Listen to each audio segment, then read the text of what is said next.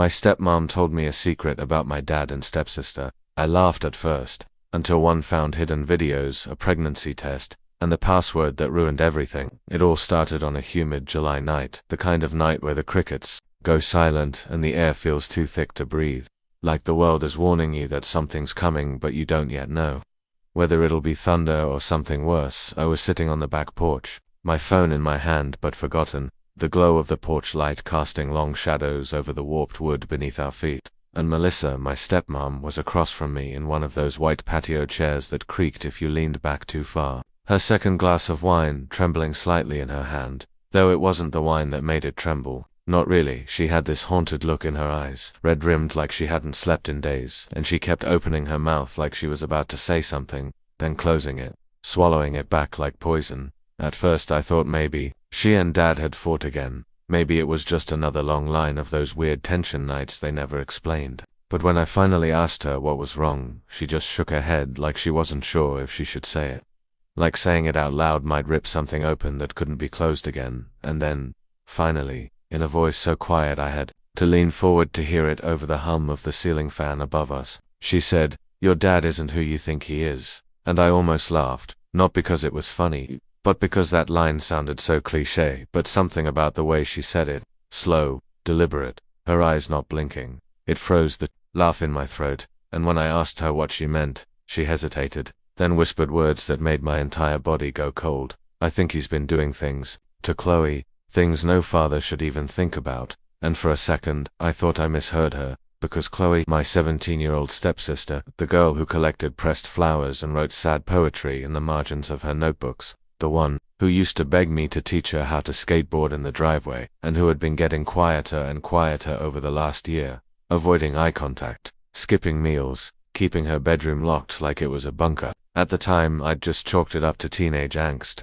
school stress, maybe a bad breakup, but now Melissa's words were painting a horrifying new context.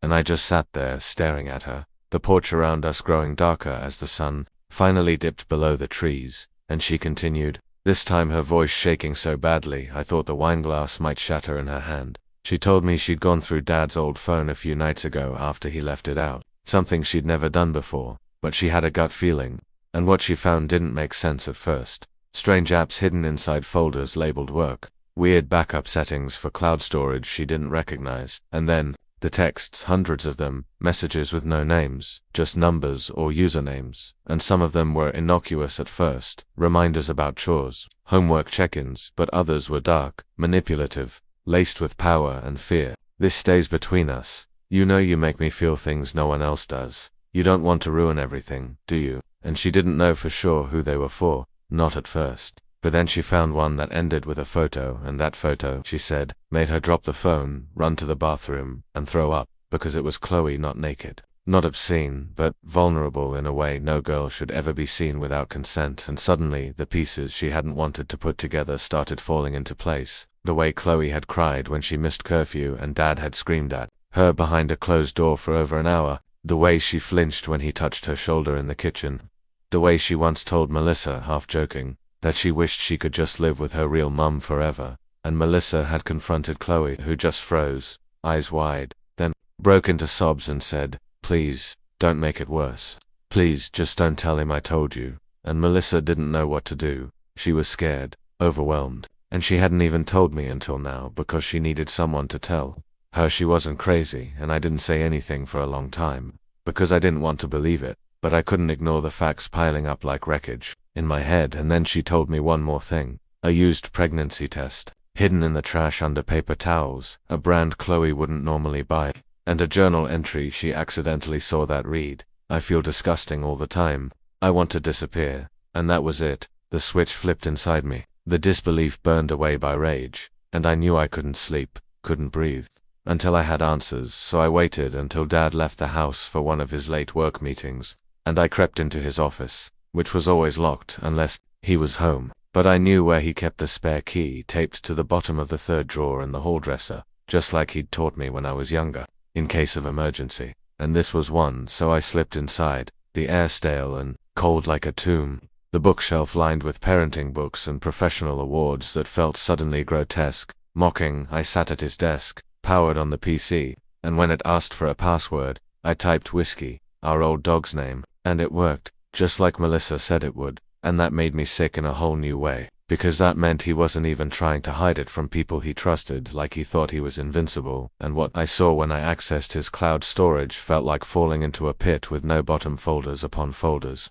Some named innocuously like taxes 2022 or receipts, others just strings of numbers and letters, and inside, files, hundreds of them, screenshots of text messages, some between him and Chloe, some disguised through secondary apps, but all clearly sinister, manipulative, obsessive, grooming in the worst possible sense, and photos, some of Chloe at school, at home, captured at strange angles, like subpoenas, and some worse, emotionally violating in a way that made my skin crawl. And then there were the videos, mostly clips of her in her room, brushing her hair, getting dressed, clearly recorded through some hidden camera. And that's when I stood up so fast the chair fell over behind me, my vision blurring at the edges, my stomach turning itself inside out. I staggered out of the room, dry heaving into the kitchen sink, barely able to stand because no matter how bad I thought it might be, it was worse calculated, collected, and stored like trophies. And my father, the man who raised me, taught me how to ride a bike,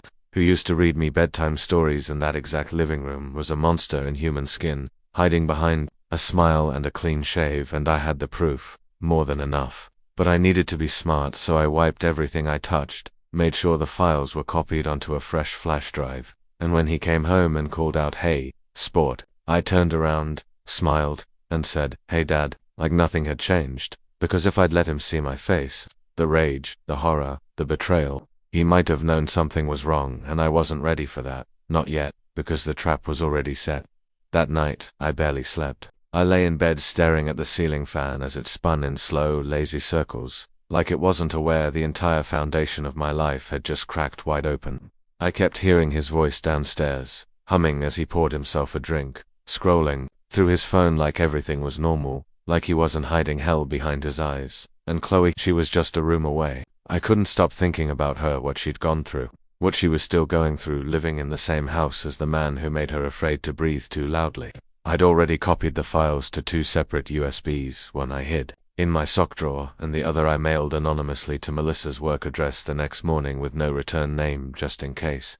I also emailed everything to a burner Gmail I made that night, along with a detailed note, dates, names, what I found, what Chloe told Melissa. I even included a timeline of Dad's work meetings to match the file dates. But before I went to the police or the school counselor, I wanted one more thing: Chloe's trust. So I knocked on her door late the next evening. I'd never seen someone look so startled to see me. She barely cracked the door open, hair pulled into a messy bun, dark circles under her eyes. And I said, "I know." Her eyes filled instantly. I didn't say what I knew. I didn't have to. She let me in, and we sat on the floor of her room, surrounded by sketchbooks and a candle burning low on her windowsill. I didn't touch her, didn't ask questions, just told her what I found. I told her I believed her. I told her I was going to fix it, and she didn't speak for the first 10 minutes, just cried. When she finally did, it came out in one breath, like it had been sitting on her chest for years. He said no one would believe me, that if I told anyone, everything would fall apart, and I'd ruin everything. I said he was wrong. The next morning, I skipped school and went with Melissa to the police. I sat through hours of interviews, handed over everything. The detectives didn't speak much at first, but I could see the way their expressions changed as they scrolled through the files. Shock, disgust, rage. They took statements. They logged the evidence. They moved fast. That night, Dad came home like nothing was wrong. We were eating dinner. Chloe wasn't there. She was staying with Melissa's sister by then when there was a knock at the door. 4 officers walked in. He stood up, confused, and asked, "Is there a problem?" They didn't even let him finish the sentence. He was cuffed right there at the table, dragged out in front of the neighbors, screaming my name, eyes wide with betrayal like I'd stabbed him in the back. But I didn't feel guilty, not even for a second. I stood at the window and watched the lights of the squad car disappear into the trees. Days later, the news broke. His face was on every local outlet. Respected school counselor accused of exploiting stepdaughter. Teachers, co-workers, friends, everyone turned their backs instantly. Melissa filed for divorce that same week. Chloe was transferred out of state to live with her biological mum full-time, and I still talk to her every weekend. She's in therapy now. She's drawing again, laughing a little, It's not a perfect recovery, but it's real. And me, I still live in the same town, but I don't use his last name anymore. I changed it, legally, burned every picture we had, because he's not my father, he never was. He was a threat dressed in a cardigan, a predator who fooled everyone. But not anymore, because the night Melissa whispered, "Your dad isn't who you think he is," I didn't just listen, I acted, and that's why Chloe gets to sleep peacefully now. That's why he wakes up in a cell wondering how everything fell apart.